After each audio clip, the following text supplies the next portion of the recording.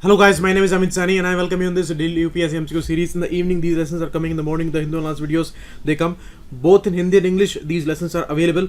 So sometimes you people ask for the other language videos. So both the lessons are available every day. PDF you are getting on everyday basis on Telegram channel, and the paid courses are available at just 159 rupees per month. Very important videos by 3 important faculties at StudyIQ. And Pocket News app is trending on Google Play. You can download that. Regarding these courses, the descriptions are given below the video. All the video courses are available here. And regarding your payments and all other queries, you can call on these numbers and every query will be answered there. Chat section is available here, and you can follow this Facebook group where the Telegram channel you will find there, and the PDF you will get there. You can follow me on Instagram too. And first question, myopia and presbyopia. You see, these are two important vision impairment conditions. We know myopia, where the things which are located far away, they are blurred and you cannot see them properly. So that's myopia, and that is called short-sightedness. Presbyopia is far-sightedness. Okay, just opposite the meanings are if you see the Hindi meaning there. So myopia's explanation is this and presbyopia's explanation is this. So the D, none, is the right answer here. First time WHO has released the World Vision Report and a lot of details are there. And you see, this is shocking that myopia affects 2.6 billion people in this world, and presbyopia around 1.8 billion people. That's really a huge number. Means nearly 30-40% of the population that is affected with the vision impairment issues. And these problems are more in the low income countries, especially in the South Asia region, Southeast Asia region, Indochina region. The myopia is extremely prevalent there, and it affects many of the people, millions of the people. Okay, here the descriptions are given. Presbyopia, myopia, and trachoma is caused due to a bacterial infection in the eyes. Other issues like cataract, which is age related macular degeneration, means the lens is no more workable there and that gets degenerated. Glaucoma, the leading cause of blindness. There's a heavy pressure inside the eyeballs there, and that causes the blindness there. That is glaucoma. And corneal opacities are also there. Diabetes is a leading cause of retinopathy, or the destruction of vision there.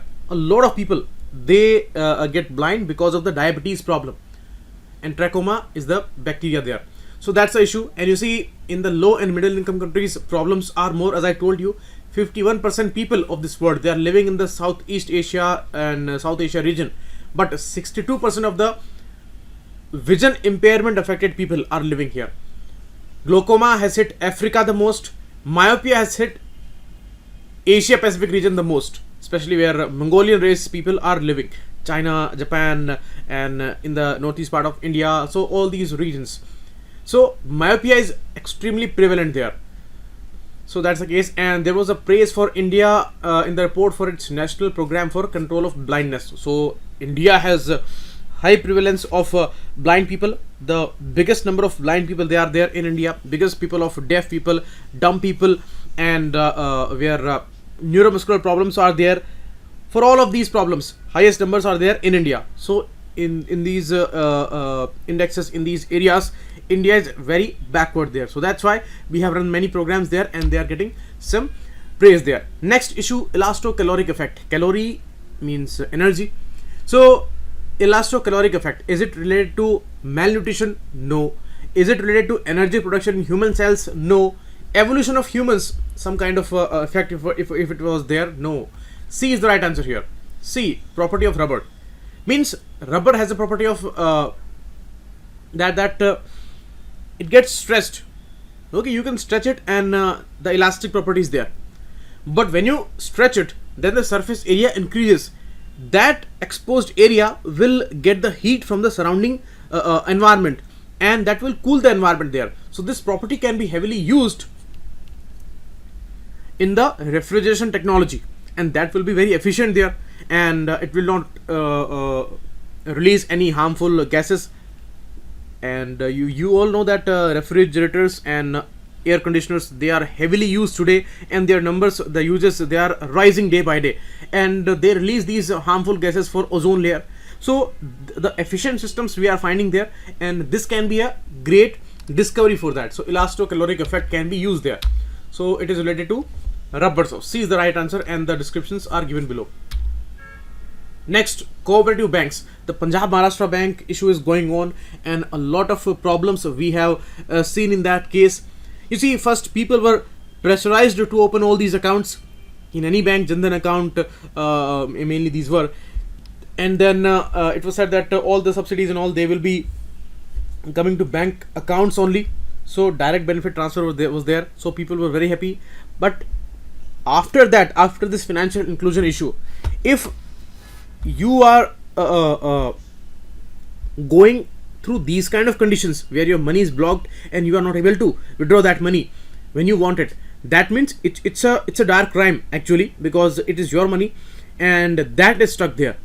And whose failure is that? It is not your failure, it is the bank's failure. So who is responsible for that? So that's why people ask questions, and finance minister said that it comes under RBI. So that was something controversial. When RBI reserves were taken by the government, then government said that RBI comes under government. So government is the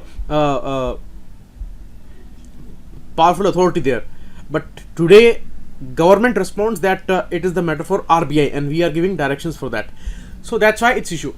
Now they may ask you about these details. Cooperative banks. You see, registration and regulation. These are two important things. Regulation is done under the Banking Regulation Act 1949 by RBI. Earlier they were not covered under it. Then there was an amendment in 1965, and then they covered these cooperative banks also. So regulation is there under RBI, but they are registered under the Cooperative Societies Act of 1912. So that's why this statement would be wrong. Second is correct. Second is also wrong. Why? Because they operate in one state, they are formed by the state, they are run by the state, and government controls, but licensing and other important operational controls and the regulation is there under RBI. So RBI gives nod to the state government to establish these banks. So recently Kerala Bank was allowed by the RBI for the government of Kerala, that they can set up this Kerala Bank there. Okay, so there is going to be an amalgamation of a district cooperative banks and the Kerala cooperative bank there. So this is the case. So second is also wrong, because the total control is not there under state government. RBI has this regulation and licensing issue. So both the statements will be wrong here. D9 is the right answer. You can see Anyonya Sahakari Mandali was the first one established in 1989 in province of Baroda. And these are regulated by RBI under Banking Regulation Act of 1949 and Banking Laws Act 1965, and they are registered under Cooperative Societies Act of 1912. Short-term trade structure and long-term trade structure. Two important components are there. Normally, three-tier structure is there in the short-term trade structure issue, where at the village level, primary agricultural cooperative societies are there, then district level, then state level, and for the long term where up to 20 years credit is given, two-tier structures are there. Okay, so they all are covered under the regulation there by RBI, and short term is for 1 to 5 years credit normally. Okay, NABARD is the refinancing agency. Regarding the NABARD, we discussed an issue that Government of India has taken all the stakes of NABARD now. This was an entity under the RBI, but now under the Government of India. It's a refinancing agency. It gives money to the banks, and banks give these agriculture and rural development loans to the farmers there. So this is how it's a refinancing support agency, but regulation is there under the RBI. All the details are given here, how these things are running, and what is the additional provision there. You must know about all of them, because they may ask you about these things. Next, World Bank defines extreme poverty as living on less than $1.16 per day. Is it correct? No. Is it actually $1.90 per day? It's a global standard for extreme poverty. Means extreme poverty. It is not poverty, it is extreme poverty. For poverty, there are higher thresholds. So this is really a shameful case where maximum number of poor in this country, they are judged on this extreme poverty parameter there. And surely there has been some decrease in the poverty levels from 21% to 13.4%. in this period, and this report is there by World Bank. World Bank recently revised the growth projections for Indian economy, and now they are at 6%. So that's the lowest number in recent years. And the second would be correct. First is wrong. Only 2 is the right answer here. $1.90 a day might seem impossible in a developed country. So this standard would be applicable mainly in the undeveloped and developing country also. Like in India, it's a unique case. In India, richest people are living, but the extremely poor people are also living, and their numbers are in crores. For other standards, for poverty standards, simple poverty standards, not extreme poverty, for the lower middle income countries like India is also there, $3.20 per day is the poverty threshold. For middle income, $5.50 per day. For highly developed countries or high income countries, it is $21.70 per day. So these are the poverty thresholds. So you can compare the condition of India's poor. So that's why it's a really huge socio-economic problem. This was the information which was there in the newspaper today, and we discussed that. Next, current account deficit. Regarding that also, they have given some information, and here they mentioned that poverty rate declined from 21 to 13.4%. Next, Project Beehive. Project Beehive is related to conservation of bees, no. Security of satellites, no. Secret operation for the infiltrators, no. The answer would be D, none of the above, because it is the electrical and mechanical engineers corps of Indian Army, and these armies corps, they are launching this mission. Actually, they have launched it on September 1, and it is going to complete by next year 15th October, when the EME Corps Day they will celebrate. So they will establish an important network of all the important real-time data of equipments, machinery, and all the technology that army is using. So all the workshops, all the equipments, they will be connected with this real-time data framework, and a center will be there in Delhi. Earlier, 2 years back, they established WASP network, WASP, workshop honeybees. It means it was the network for workshops.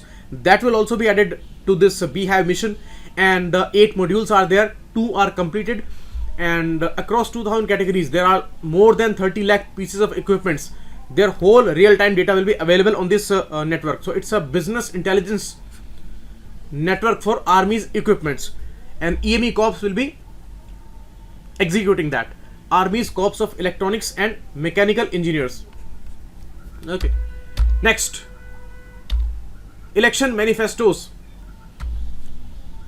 Are these legally enforceable documents? This issue came in Indian Express, and it's a very, very crucial data, because every party comes with a manifesto, but most of the things they do not fulfill within that time framework, and many think that these things are nonsense in a sense, because they just bring it for some kind of manipulation of people's mind during elections, and they are not serious about those things, but still they bring it, and that gives a kind of idea for that party.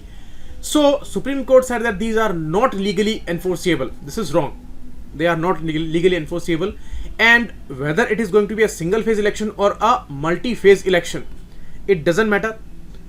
In the prohibitory period, they cannot announce their election manifesto. Why? Because all the freebies and all the attractive schemes they will bring there, and they will try to manipulate the people's mind. So this is not allowed. This is wrong, and first is also wrong. And you see, the prohibitory period means 48 hours before the voting it starts, and it ends when the voting gets concluded. In the multi-phase election, the last day when the elections are over and the end hour is declared. So till that time, this will be the prohibitory period. In that phase, they cannot announce their election manifesto. So D9 is the right answer here, and it was the controversy, and this issue was mentioned in Indian Express there. Okay, all the issues related to that, all the cases related to that, those are important. UPSC may ask you about these things, and the RPA Act of 1951 and the section 126 of it. These are very important here. Next, Kanyashri scheme. Kanyashri scheme, is it by Government of India, and is it an unconditional cash transfer scheme? First of all, it is not by government of India, it is by West Bengal government, and it's a conditional. An is wrong. It's a conditional cash transfer scheme. Means till the time they will be studying, the girls will be studying in the schools, so the money will be there deposited in their bank accounts, and till the time they will study, that will keep coming. If they get married before 18 years of age, then the money will not be given to them. So the condition is that they should get married after 18 years of age, and till that time the financial support will be there, and they can get this money at the time of their marriage. So that's Kanyashri scheme. Recently, government of Bengal, West Bengal, that announced that Kanyashri University will be set up, and Kanyashri colleges across the state will be set up there. So first is wrong, second is correct. It received the UN Public Service Award in 2017. So that's why it's a highlighted scheme, but it's a state's scheme, West Bengal government scheme. Only 2 is the right answer here. This is the data here. It's a conditional cash transfer scheme, and it is there to delay the marriages of the girls until the age of 18. That's the condition. Next, Comprehensive Convention on International Terrorism. CCIT is a proposed treaty, and which intends to criminalize all forms of international terrorism. That's for sure. We have a special importance for it because the draft was proposed by India in 1996, but till date it is not adopted by UNGA. So second is wrong, first is correct. Only one is the right answer here. We have been proposing this issue on all international platforms since that year, but there has been a lot of ignorance about this issue. But this is the time, this is the high time where they should adopt this convention, and they should define all these terrorism issues. Good terrorism, bad terrorism, all must be defined, and a universal definition must be there. All groups must be banned. All the support, financial support, tax havens issue, all must be settled there. Okay, so that's why it's important. So it was the draft proposed by India in 1996 and yet to be adopted by UNGA. So this is all for today. We will meet again tomorrow. Thanks a lot. Keep watching. It was Amit signing.